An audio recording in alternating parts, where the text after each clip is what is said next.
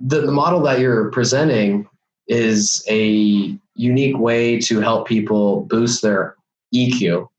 And we can perhaps start by identifying some other popular models like Myers-Briggs and the DISC. Myers-Briggs. Yeah. and kind of noting some historical flaws in the EQ or the I think I ought to explain the methodology first very quickly, right? Yes. Are we recording now? Yeah. Yep. Yeah, okay, good. All right, well, just, look, let me just give a little chronological story because it helps sort of place it. What happened to me was when I left Cambridge, I joined what was the Google come Facebook of the time. It was IBM, right? Because computers were the game. And I did 2 years at IBM, joined a couple of startups that went the way of, 99% of startups that basically went under and ended up being a project leader at KLM, right? And then that was a 4-year career. And then effectively I went to the London Business School and 71 to 73. And in 73, we were all looking for a job. And there actually was a recession on at the time. And I was flown twice to New York by McKinsey's for interviews, the management consultants. Well, every MBA student wants to get on their CV. Yep. And Charles Handy was my tutor, and I'd meet him every couple of weeks, and he'd say to me, "Have you managed to get a job yet?" That's what they were asking, right? And I said, "Charles, I've got the big one. McKinsey's in New York." And then he said to me, "I'm not sure I'd accept that job if I were you," which normally sends most MBA students, when I hear this, to an absolute stunned amazement. And he said, "I've been thinking about what is the key to business success." This is Charles in Mind in Action. And he says, "I think the secret is how you can handle yourself in a one-on-one meeting. That's the secret," right? Sure. And by the way, I'm now 73 in a couple of weeks' time. I actually agree with that. It's a very good assessment. And he says, you don't learn how to become good at one-on-one meetings by doing a degree, or especially not doing an MBA. Waste of time. And he said, I think the best way of learning to become good at one-on-one meetings is to become a salesperson. So, you won't be a bad consultant. And he said, but there are a lot of consultants out there, and the pyramid shrinks, gets pretty, etc. He said, if you could do it, go learn to become a salesperson. Anyway, I took his advice and went to Australia. One of my colleagues, his dad was a director of the English computing company ICL, and they wanted to hire me because I knew IBM, and I said I wanted to go to Australia. So they got me a job in Australia. And I maneuvered my way into a trainee sales position. And in early in 1974, I did a sales training course run by a company called Chandler McLeod, where I first learned the hum Wadsworth, right? Mm-hmm. Now, the methodology of the hum is very, very simple. It was based on two premises. One, we are all slightly mad, right? Okay. And that's very important. And the guy who came up with this idea is a guy called Rosenoff. And he said, look, you're not sane or insane. You're along a spectrum. Now, he came out with this theory in the 1920s. That was very, very much not the view. You were then either sane or insane. He said, no, you're along a spectrum. Of course, the modern view now is you're on a spectrum, right? I mean, you've heard of things like autism spectrum disorder. Sure. Anyway, and he postulated 4 mental illnesses and a 5th factor called the normal, which controls the other emotions. Wadsworth came along during the mid-1930s. Was a statistician. Wadsworth was a psychologist. And they took Rosenoff model and they tried to develop a personality test, right? There was a new technique which had just been developed statistically called factor analysis. And they applied the methodology and came up. And it's a great paper. You can download it from my website. I think it's one of the better scientific papers I've read. Where you've done that. Good. Yeah, we've done it. Where you see them trying to work out and setting the questions. Very, very interesting. Anyway, they came up and said, no, it wasn't. There were 6 mental illnesses plus the normal. And they used terms. When I learned the technology in 74, we used terms like manic, depressive, epileptoid, right, etc. All right. So I used the technique very, very successfully first in my sales career. And then what happened was I ended up becoming a divisional general manager with a company called TNT. And we were selling computerized payroll systems. And they had a selling system there based on the number 7. Now, most people don't know why 7 is the magic number. I'm going to tell everyone now why it is. 7 is the limit of short-term memory. right? The guy who developed that paper, which is probably the most widely quoted paper in psychology, I first learned about it when I was studying at Cambridge, is a guy called Miller, right? And it's called, the paper is called the magic number seven plus or minus two. And he gave people random digits, sequence of numbers, and found that most people can remember 7 items. So that's why 7 is. So limit your short-term memory. And telephone numbers, for example, in America are 7 digits long. You have an area code with 7 digits. So anyway, that was the so this chap who developed the selling system there had like 7 objections, 7 ways of handling objections, and 7 closes. And his name was Keith Stevenson, great guy. And he said, look, if one close fails, try the next. I said, no. I said, what you do is you analyze each one of the closes married up with one of the 7 hum components, right? And I said, no, work out. Most people have 2 dominant components, 3 are average, 2 are weak. That's generally the rule of thumb. Now, that varies from person to person, but that's generally the rule. I said, identify the person's 2 strong components, use the 2 closes that work. Right. And just to give you the idea of how successful it was, when I was at TNT, I was there for 4 years. Our volumes doubled, revenues quadrupled, profit went up 10 times. In my final year, our return on investment for the division, I kid you not, was 260%. Right. Wow. Even I don't believe it when I say it, but it was. But mainly because we were running payroll, and if you didn't pay your payroll the day it basically arrived, so capital employed was basically the way I'd pull the payroll on you, right? Yeah. I would say no more. I mean, So how do you use the Unsworth model? Tom Wadsworth. Well, the major thing is it's identifying what happens is the model is a model of temperament. That's what's absolutely key. And temperament is your emotional, your genetic predisposition emotionally, right? So what happens? For example, if we take, like Myers-Briggs talks about it, extroverts, introverts, right? Okay, and this is like a key difference.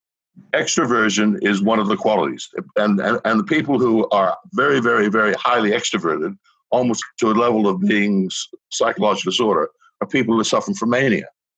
They don't shut up. They keep twittering away. They're fantastically energetic. They multitask like crazy. And that's what a manic is, right? Right. So what happens is you identify the 7 components. Now, the way you identify them is a technique which I developed. Okay, I did 2 major things to the Wadsworth. First of all, I changed the names to being user-friendly. So people who are manics, I call movers. And people who are, for example, suffering from depression, I call double checkers. What I wanted to do is get a word, a term which had the same first initial. Because the reality is when you start using the hum or the 7 NGF, you don't talk about people being movers or double checkers. You say they're high Ds or high Ms. Use the initials, right? Right. So what happens is that's the first thing. Now, what happened with Chan and McLeod is they got the copyright to the test. They bought it from the estate of Hum and Wadsworth. And what they started doing was they'd run the test, then they'd interview people afterwards. And they interviewed they gave the test, I think in Australia, to something like 500,000 people. And they interviewed afterwards. I mean, they had this test for a long time, like 50,000. Right. And what they started doing was developing heuristics. For example, just to give you a very common, I call this the gambit. Okay, what happened was there were 2 types of people who were always late for appointments, right? One were the movers. They are always late. Why? Because they got distracted on the way there. But they would come in, immediately apologize, and start using your first name. The other people who kept you waiting were politicians, right? They did that because they have a desire to win. They want to show you who's more important in the meeting. So they always arrive late, but they never apologize, and they don't start using your first name, so they think you've worked out that you're basically important enough to use it, right? So that's like the first of the clues. So you have this whole set of clues. So, for example, I mean, in terms of dress, okay, politicians always wear, whether their favorite color is blue. Like Maggie Thatcher had a phenomenal desire to win. She was always dressed in a blue suit, right? Just to give you an example. And blue is their favorite color. And it's a color of a lot of political parties, right, around the world, okay? Secondly, all right, another color, for example, would be double checkers, right? They like earth colors. Burberry is, they like good quality, but they like browns, greens, etc. And so the women would wear, brown suits. Okay. For a hustler or a go-getter, as we call them, they like reds and golds, right? So they wear lots of gold chains, gold bracelets, Rolex, yes, etc. And that's what happened. Now, what happened was when I learned the system, they were a whole set of heuristics. People's dress, the way they talked, what recreation they did, etc. What I did is I collated them in, and I described them in the two books. I call it top dog. And you say what you do is the way people talk, the organization they work for, their position in the organization, their dress, what their office looks like, and the gambit. Do they keep you waiting for a meeting? How soon do they use first name? Those are the 6 clues. And for example, I have a Chinese partner, and one of his accounts is, I went over there and initially trained their first lot just to show them, a company called Ricoh, makes photocopiers. And that national sales manager said, that is the most useful thing in the book or the technique. He said, because it stops the salesman gibbering on. The first thing they do is when they meet a prospect, they're asking some very simple questions, but they're trying to work out using top dog what they think the 2 dominant components are. He said it makes them listen, start developing. And he said it's a good way of developing empathy, in particular for those people who are very task-focused, who are not people-orientated. And that's the people who actually like that system the best. And by the way, I fall in that category. I'm not a people person. Right? The first one, my wife thinks it's a joke that I talk about emotional intelligence. She said, "You haven't got any." And I said, "But I give people hope." Right. I started my life as a programmer. I'm very task-focused. I worked 25 years as a venture capitalist. Yes, there's people skills required, but it's a very task-oriented job. It's project-oriented. Invest in a company, grow it, get out. That's what venture capital is. I think Nick and I are both introverts, and I'm in a sales position as well. So I can definitely relate to you. And one of the claims that was particularly interesting to me reading your scientific paper was 60 seconds. Right. Yeah. It's, people find, I know that sounds amazing, but I can tell you it helps. You can do that. One way of learning this, I've got a series of webinars on my YouTube channel, which I think hooks across from the thing that goes through, and I spend about an hour on each component. I just ran a workshop on Friday, and people sort of look amazed, but by the end of it, I show them, for example, one of the things I do is I've got some videos, and one video is basically the people buying cars. And it's got nothing to do with the hum or the 7MTF. But what happens is, what is amazing to people, and it's people talking about their cars. They get each clip's about, no more than a minute, 2 minutes. And people immediately, when I turn around, and once they've had I call the hum glasses put on, they never look at people the same way again. So they're actually going, that person's a double checker, that person's a high normal, that person's an artist. They just go click like that. They just laugh, and they say, "You're right. We can't believe it." Right, and that's just the way it is. Right. So really quickly, so we talked about a few of the things that you could start to look for, right? But I think for some members of our audience, they might not be too familiar with the 7 different types of temperaments. Yeah. Can we go a little bit into that and sort of see how do we use some of these things like their dress to identify which temperament they might fall under? Well, have you ever heard of Ford? The car company, Ford? Right, it's Ford. Ford, I know there's a car, right? Yeah. But Ford stands for 4 things. It's very useful to remember.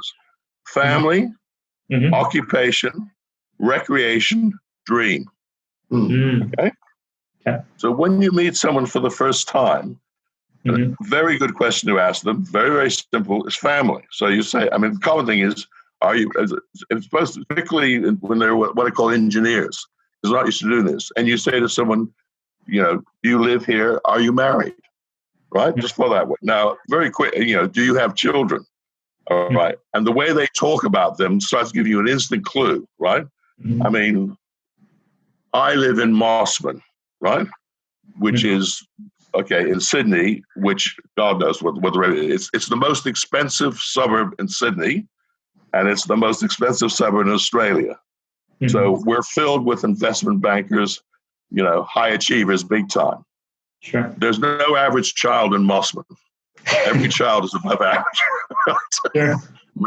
I have 2 daughters and now have 5 grandchildren. But what it is just amazing. I mean, every child is, going to be the best. Now, it doesn't work out that way, but that's the sort of game. So that's the first thing. You get an insight. There's no doubt about it. I mean, sort of the hustlers basically and the go-getters and the politicians talk about their children. And those are, by the way, the 2 characteristics that drive you to sort of success. But mm-hmm. So you do the family. Next thing you ask them, what sort of work, what do you do as work, occupation? And that tells you a lot because that gives you the organization and their position in the organization, what they do. Okay. And you got to know that, et cetera, but that's a big thing. Then if you ask them what they do for fun, right, then you got to think. If a person says, well, I love to go walking or marathon climbing or, they're generally high engineers. If they say, I like creative things like painting, et cetera, or visiting art guys, et cetera, you say, well, they're visual. They're probably art. Okay, they're artists. Okay, I like basically joining clubs and doing active people, communicating. I go to night school a lot and run courses. I'm a double checker or a high normal. I'm just trying to give you the flavor, right?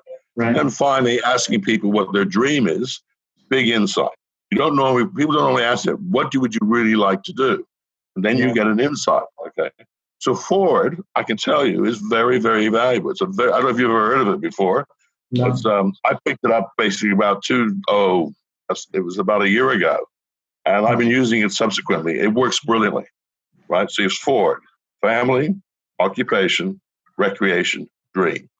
And you'd be amazed how, and immediately people sort of turn on to you because you're asking away the question. You're talking about their favorite subject, which is them. Yeah, absolutely. Absolutely. So how would, let's say you were analyzing us. Let's just do a live, unplanned scenario. Okay. Well, I would say basically, the dress is sort of black, okay, which is sort of hip, which like is hipster color, right? You're okay. I'm taking you the left. I'm trying to remember this, which of the 2 you are, but you said, for example, you were in sales, right? And you tend to have you're more energetic and enthusiastic than your colleague that I'm looking to on the right, who's got the glasses on. I'm just trying to remember the name. I'm sorry. No, it's not. So what's your name? Nick. I'm Nick. And this is You're Nick. That's right. Sorry, I haven't flashed up the scope. I jumped the screen. So Nick, I would say, is basically hasn't got as much mover as you. He's pretty affable, but I just get the feeling he's more of the engineering type. I would just be a guess, just looking at it, right? Mm-hmm. I mean, you're both sort of young. I mean, you're sitting here sort of, putting on the enthusiasm because you're interviewing me. That would be the first guess, right? So just to give you a feeling, if I'm talking to you, I try to be friendly, enthusiastic. I tell some jokes, which I've already done, right? A couple of things, got the laughs out of you. Okay. I've also, for Nick, it said, well, engineers, they're like when you go on holiday, you've got a little list of things you want to do, right? Mm-hmm. You like lists, completing a prayer, you like ticking off the list, right? So I've used that approach talking to him while we've been talking by basically saying, right, and you asked me about contact. I'd already thought of it beforehand, but I explained Ford. And you sort of went, oh, I like that. You can see you were filing that one away. You thought, never heard of that, but that's pretty interesting. So it's another little list. And that's what engineers like. So I talked to, I like logical, rational. And I also needed to demonstrate, which you already believe anyway, but it's etc. It's very important with engineers. You demonstrate that you're technically credible, right? That's the one thing they really hate in people is the fact that people who claim they're technically credible and who aren't. We call them BS artists in Australia, right? And that's the one people they'll just look, and that's it. And you got to be technically credible. Okay, does that just give you a full flavor? I'm just trying to give you 2 things. Yeah, absolutely. Yeah. And the reason why Jared and I were asking is, and I think you covered it well, is we want to be able to share with our community here, share with our listeners, why does something like your system, why does it help you? Sorry, let me rephrase this. How can it help you more than some of the other personality tests that are out there? Like, what are the shortcomings that they have? All right. Well, okay. Let's start off. I mean, the two biggest and most there's three big ones. Okay, Myers-Briggs, DISC, all its variants, 2x2, right, and basically NLP, right. They're the three. Okay, and I'm not saying they don't have some good parts in them. Okay, Myers-Briggs. Okay, the problem with Myers-Briggs is if you ask anyone what their Myers-Briggs initials are, they know instantly. Right. If you say, that's good, now tell me what I am, then the fun begins, right?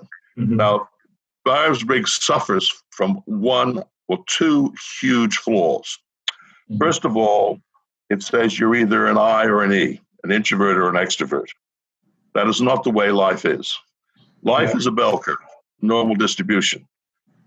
2/3 of the population fall in the bell curve between plus or minus one standard deviation. So, 67% of the population are basically what I call ambiverts, right? Now, I'm not the only people who criticize Myers-Briggs, but that's basically that's the big one. Now, if I go through my Myers-Briggs profile, right, and I say, right, what do you think I am? Well, I am, if I remember right, the scale, and you sort of had a numerical thing, I was 52% I, introvert, right? And it's not unreasonable, author, etc. But I'm right in the middle. Okay, I'm sort of very close to the mean of the bell curve. So, they call me an I. The next thing is it's INTJ, right? So the next thing is how do you take data in, right? So it's basically when you look at, do you form patterns, etc. Again, I'm right in the middle. I'm like 67% of the population, right? Okay, but it's just a little bit on the pattern side. Okay. Now, in terms of thinking and intuition, which is the next one, where my feeling and my T or an F, okay, I am very, very high logical, about 80%, right? So that makes me very T, right, which is logical. Now, then the third one is, in terms of perception or judgment, well, I'm a J because my thinking is so strong. So you say, right, I'm an INTJ. And people go, I knew you were. And I always say to people, like astrology, people always say to you, what star sign you are you? And they say, I say, guess. And I say, what do you mean? And they say, well, if it's useful, you should be able to tell what I am. Right. And normally what happens by about the seventh or eighth guess, I then say, well, as I said to everybody, they say Scorpio, and I go, yeah, you're right. And something else I knew you were Scorpio. The Myers-Briggs has what? Like people take it one day, they take it another day. It has a. Well, that's it. Okay. Well, the variability. I mean, there's two. Reliability of the test is basically is only about I think it's around. It's less than a third, if that, right? And the validity of it, as I said, is an argument about where it is. The second thing is, and I think this is the really big problem with Myers-Briggs, and this, in fact, all three of these, except for this, you don't recognize the corporate psychopath, right? Now, you're very lucky, okay? You have a wonderful corporate psychopath now running your country, right? No. I mean, and by the way, one of the strengths of the system is we recognize them, and we know they've got strengths and they've got weaknesses, right? Now, the fantastic strengths is they are realist, right? And you may not agree with Trump, but he's brought a degree of reality in one sense. He's hard-headed and he's commercial. He's like, took on the people building the latest presidential jet and said it's too expensive, he's doing this, etc. He tries to be commercial. Now, he's overwhelmed by what he's doing, right? Because he's probably tend to take shortcuts, right? Yeah, sure. The second thing is, which is a big problem, is he's not dumb, but he thinks he's the smartest guy in the room. That's one of their big flaws. Okay, if you play to that, give him the flattery, you generally get what you want. Okay, and etc. So that's it. And the worst thing he's got is the biggest flaw is is that these guys are always playing a game, but they actually are emotionally committed to the deceits they're telling. So when they tell you a lie, they actually believe it. That's what I say to people. They're not lying because they know they're lying. They're lying because they actually believe what they're saying on the day. So they can change opinions from day to day, but they're firmly believing. Now, most of us go, I can't say white is black on Monday and then white is white on Tuesday. That's inconsistent. Okay, they can. That makes them, for example, fantastic poker players. Right, Chris, do you have? So he's not a bad negotiator. Right? Do you have a story you could about? I'm just trying. Huh? Sorry. Do you have a story that you could share about a corporate psychopath that you've met at all, or how it impacted? Oh yeah, I'll tell you the one who fired me. Okay. No, well, what happened was, okay, I had been selling computers and I was recruited by this company, which was basically an electrical wholesaler, etc. It was GEC, largest. That's not General Electric in America. That's GEC in the UK, right? They're very similar businesses. Well, GE in America is much bigger now, but GEC was for a period England's most successful company, run by a guy called Weinstock, right? Mm-hmm. And he was the first guy really to focus on return on investment using the DuPont method. Mm-hmm. And I was a salesman, and suddenly it was one of my clients contacted me, nothing to do with IT. They said, we want you to be our Victorian manager, right? And it was managing 300 people, okay, 20 depots, and a big warehouse based in Melbourne.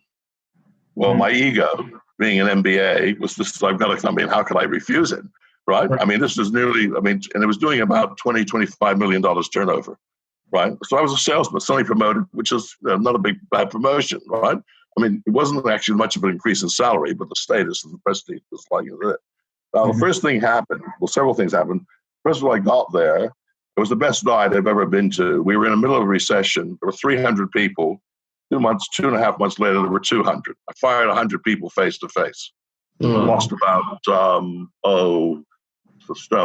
I lost probably around 50 pounds. It was a great diet. It was just terrible because I had grown men crying. It was just, and I had basically used the trip to London and back that I'd won being a salesman with ICL to get married. Said to my wife when she came, give me a cup, usual arrogance of youth, because I was only like 30.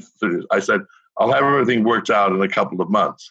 She walked past me in the airport because she didn't recognize me. I'd lost so much weight, right? Just to give you the anyway.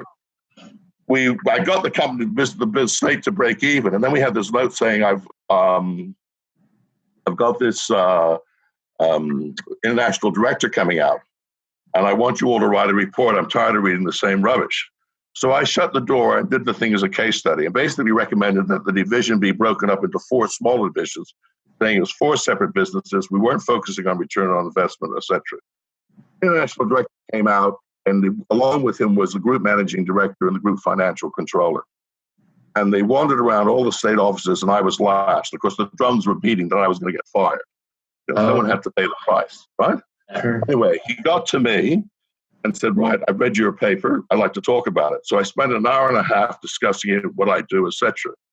He then turned around to the group managing director, group financial director. This guy's the 3rd most important guy in GC. And that's right.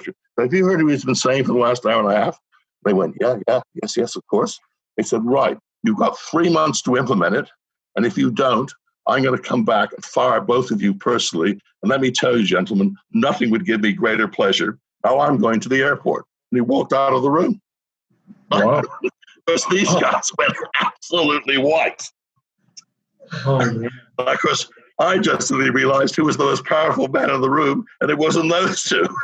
So I then worked my guts out for 6 months, broke the business up into 4 divisions, put new systems in, set new strategies, everything. It was like the dream job for an MBA, mate. This was management consulting for real, right?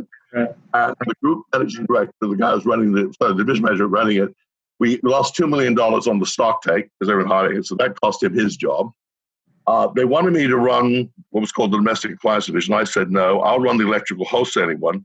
Unfortunately, I've sold you the wrong computers, but I know what we've got to do now because I've been inside the business. And they said, well, we can't do that. We've got this guy coming from the UK who is absolutely got this outstanding references. Anyway, this guy arrives from the state, from England, and they said, could you induct us? So I said, sure. So I said, well, your car is a top-of-the-range Ford. And he said, no. I had a Bentley when I was back in England. I'm getting myself a tip. I'm not driving a Ford. Comes back 2 hours later with a brand new red Datsun 260 sports car. And I went, uh-oh, red cars are big signs of hustlers. Then he said, I want you to put this woman on the payroll as my PA. She had the shortest skirt you've ever seen, the most beautiful legs, was an absolute stunner. And I went, Jesus Christ, she's brought his mistress from the UK. something the next day he walked in and he said, Chris, he said, it's not going to work out between us. I'm firing you. You're fired. Wow. Right? That's what happened. Anyway, they dragged me back to head office, the group financial controller, and they said, what's happened? I said, this guy is very, very dangerous. They said, no, he's got wonderful references. I said, they have spun the globe 180 degrees, and just to make sure they're putting him in a different hemisphere. You've got to watch this guy like a hawk. I said, it's either me or him. Obviously, he's going to stay, but you've got to watch him. That's all I can say to you. I don't mind. It's been a great 12 months, but I really don't like working in Sydney's western suburbs. I'm going back into the CBD, where the fun is. And the women were attractive and the pubs are better. Anyway, 2 years later, they got him for $2 million embezzlement. Right? He was raging age, right?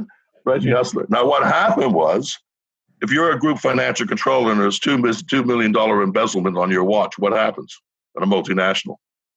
Do you know? I don't know. No. You either hire or get fired. You're over. Your career's over. The group financial controller said, I cannot believe it, because I'd see him once or twice, functions afterwards. I mean, he was a great bloke. And very helpful to me. But he just said, Chris, I just cannot believe you knew within basically a day what this guy was like. None of us picked it up for basically 18 months. And I just said, I said, because you don't understand this technology of how to analyze people. Crazy. Right? So let me ask you then. So you mentioned he has a red car. You mentioned that he grounded his mistress. So you identified that he was high mover and what? High H. Well, he had a lot of mover in him, but he was a high hustler. He was a definite H. High hustler. And the red tie on, the standard stuff, mate. Okay, right. It was all there. And he was charming. Beautiful. I mean, a guy, for example, I've been told the biggest hustler in Silicon Valley is the guy, Larry Ellison. Mm-hmm. Is that right? The guy, They said, you've got to meet him. I've never had a chance to meet him, but they said he's unbelievable. Right? Mm-hmm. Okay. But he's a raging H. Right? Okay, right. Etc. He likes their hobbies. They like sailing, and he's sailed to Sydney to Hobart several times. All that. Right. So how do when you can identify using the Top Gun approach some of their core dominant drives? So let's top dog. Top dog. Yeah, you use the 6 clues to kind of figure out their top drives, and these drives are kind of motivations for security, order, a bunch of different things. Yeah, that's it. Innovation, power winning. How do you then take their 2 dominant drives and communicate with them in a way that's effective basically that's if you in the Hum handbook but it's one a combination of selling, knowing what social. I mean,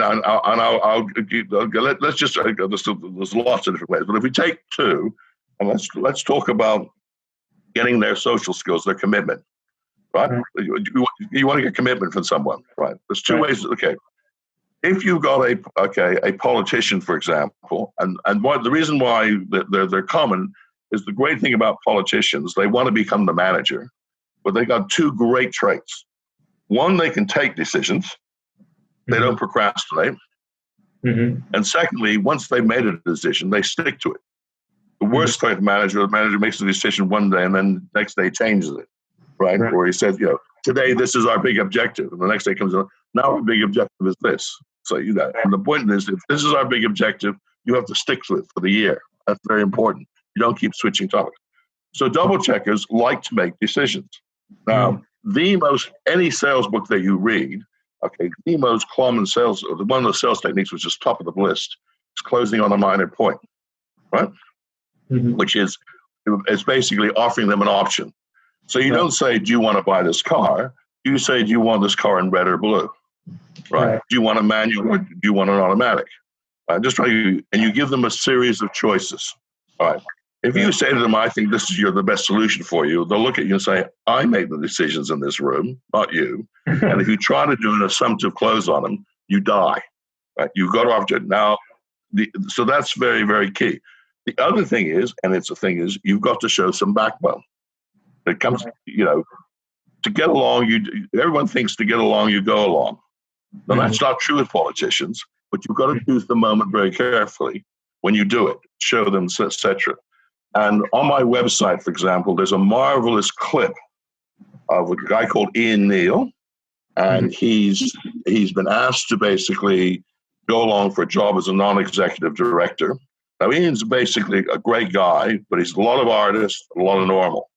Okay? Not much politician. But he went along to see this company, and it's a classic entrepreneur. And this guy's ego was, bigger than the room.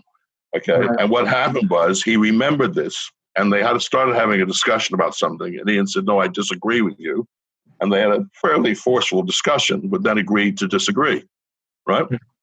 And he walked out thinking he'd blown it. He said, God, if I lose this, I'll kill Chris, blah, blah, blah. 2 days later, the head around rings up and he said, you just become, you're the non-executive director for this company. He said, really? He said, the managing director said, at last I've got someone who sticks up, is willing to take me on. Everyone else basically flatters me, tries to get along with me. He said, this guy stood up for me. That's what I need. Someone who tells me what it's like. You know what I mean? And, so that's what I'm trying. So Ian had it. So that's what you've got to be able to do. Now, the contrast for that is double checkers. Double checkers, I know double checkers very well. I've married one. Right? Sure. What you don't do with double checkers is offer them a choice.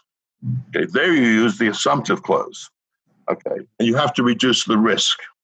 Now, the classic example is if we go to a restaurant, I'm high P. I look at the menu.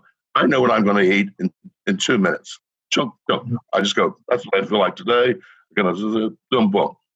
My wife is looking at the menu going, God, there's so many choices here. I don't know what to have, etc. Right? Yeah. So what I do is, both my daughters have cottoned on to it now. I say, darling, why don't you have this and I'll have that? And what happens is, if you don't like this, we'll switch plates because I don't mind having that. Oh, right. I'm taking away the risk, right? And I'm making an assumptive close, right? And I'm saying, right, you have that, and if you don't like it, you can switch the plate with me, all right? I don't mind. You get the idea? Well, my daughter's into this now, because basically, I want to eat before 10 o'clock at night. Otherwise, we'll be sitting here looking at the menu for an hour. Okay, it's not true. Sure. But on the other hand, it's a true strength. If you buy anything, for example, we have this fantastic house in Mossman. She found it. She spent a year doggedly going around all the houses, and she got this one. And it's one of the in my swimming pool, which I put in. I can swim, and I'm watching the harbor. As I swim along, I look at the Opera House on the bridge, right? And that's awesome.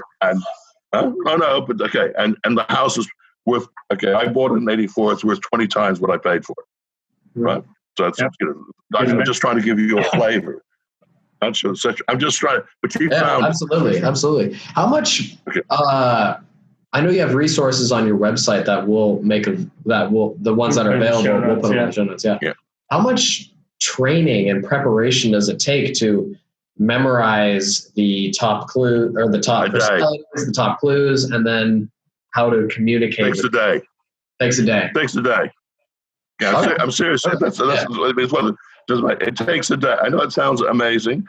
Look, I signed up. Okay, for 2 years when I was behind funds. The reason I got really into this for 2 years when I was between funds, as they say in venture capital, right, etc. I worked at Chan McLeod. I set up a joint venture training program with it. So I worked there.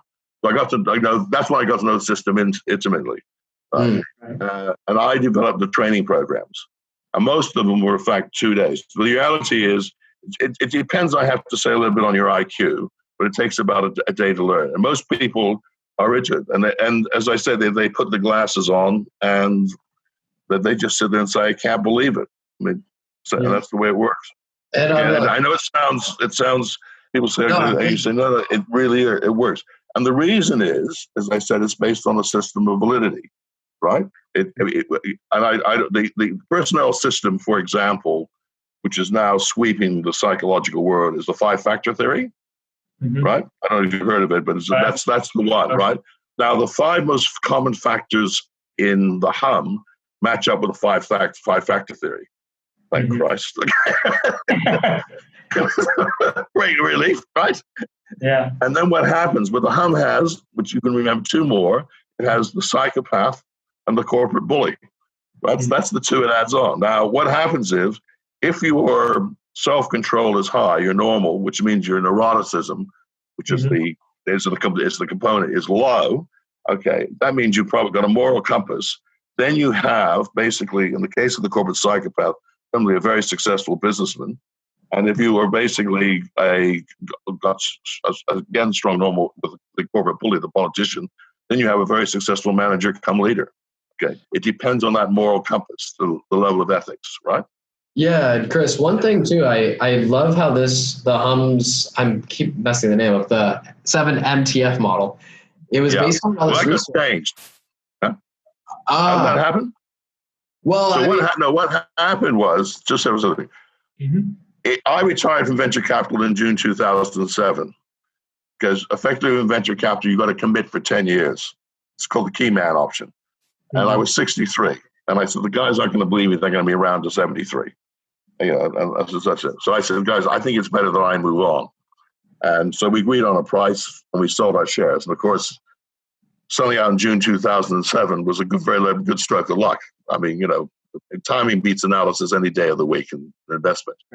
But anyway, I then thought I was going to become a non-executive director. But then I was advised not to do it because in Australia, a company goes into administration, unlike America or bankruptcy. We don't have Chapter 11 here. So directors are liable to the creditors. And it's terrible. So, I mean, so I just said, and this chap said to me, look, you have to look in the mirror every day. He was one of the leading headhunters in town. Say, you are eminently suable, right?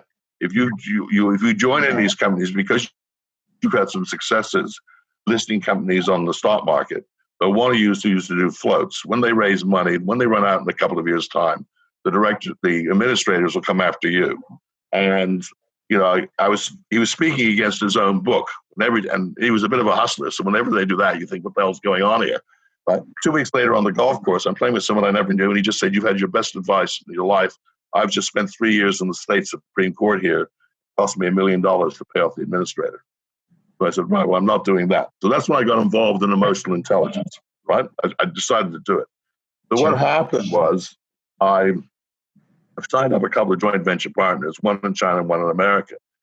The guy in America is basically developing it as his name's Bruce Leavold, and he's basically runs a company called BrainX. That's how you can find him.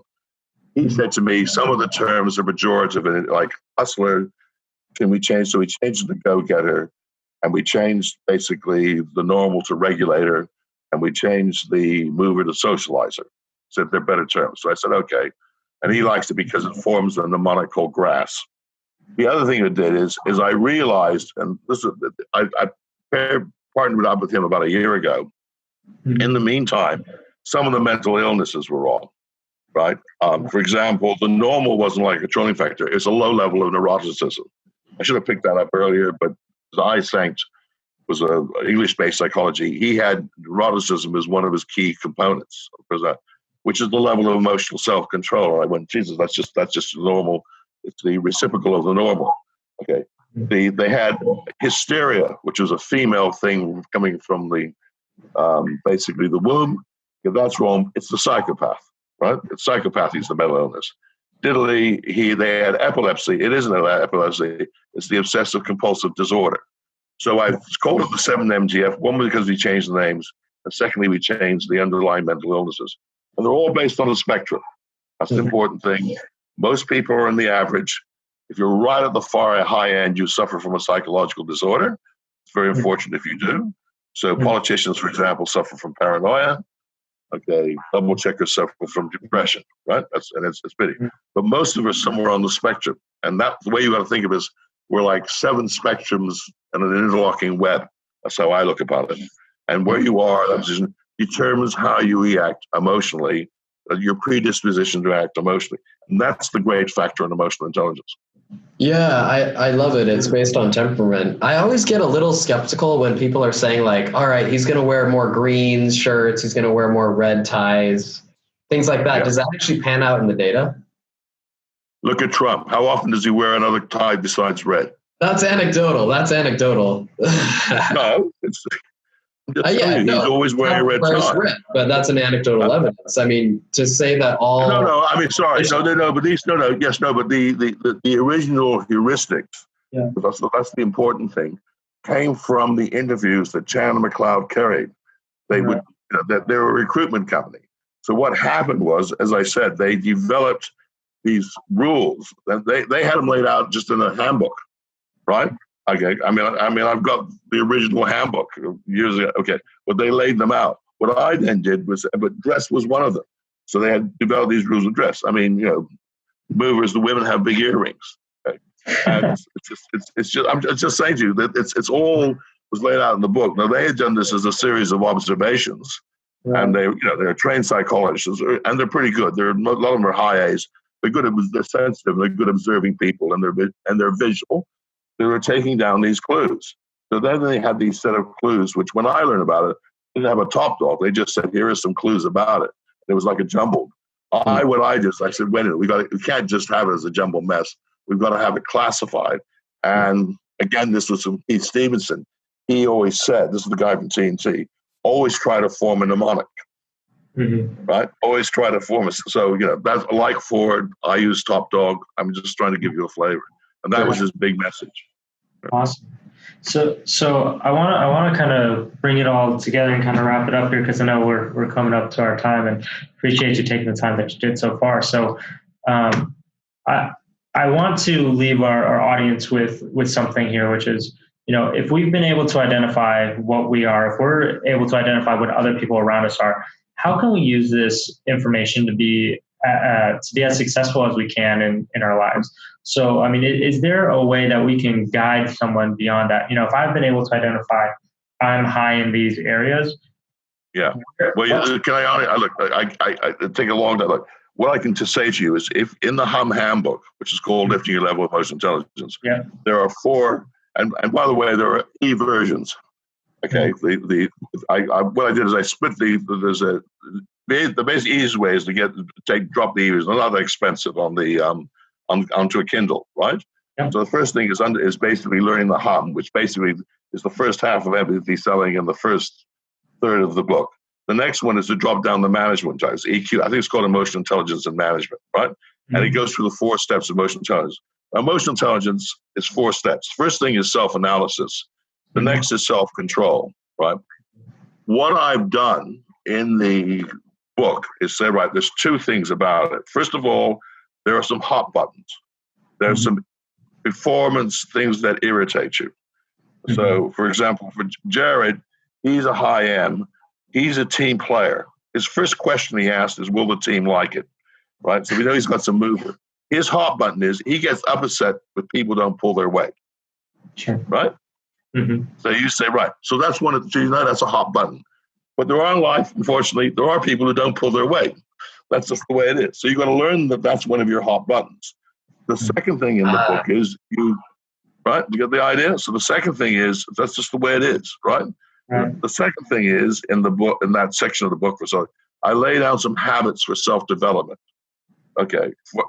And for example, if I take the artists, these people are basically the ones who are, don't conform.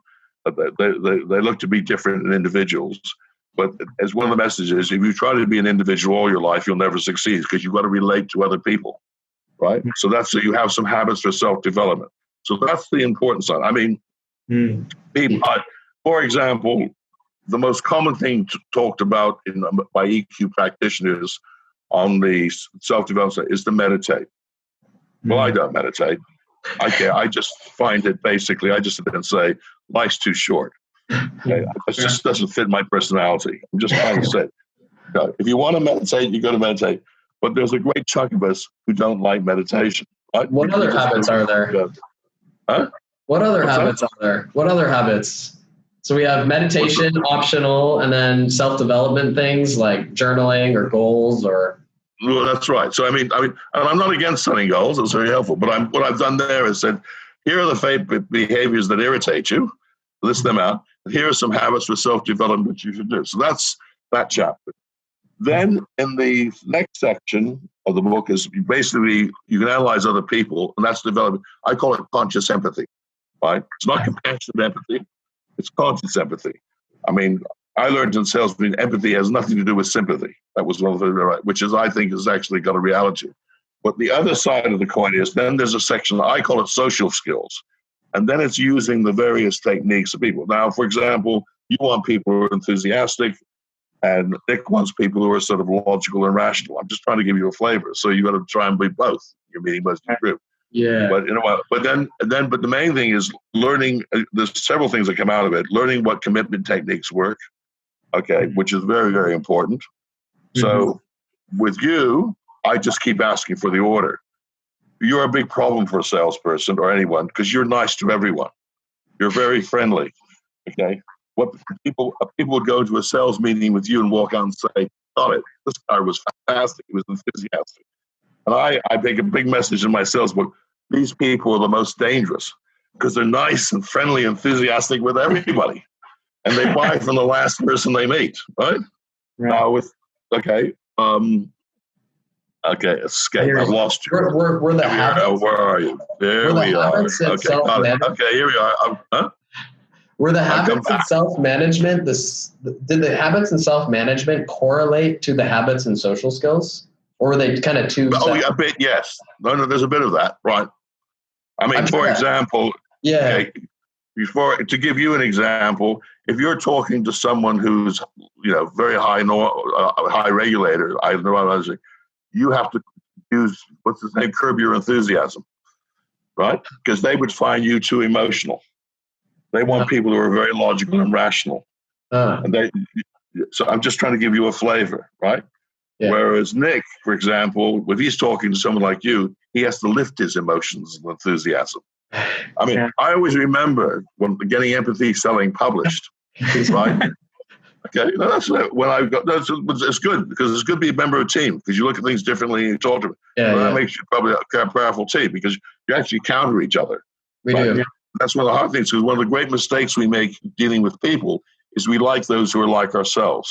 That's one of the key messages that come across. We like people who are like ourselves. So that means managers tend to recruit people like themselves in the team. But the important thing is to build the diversity.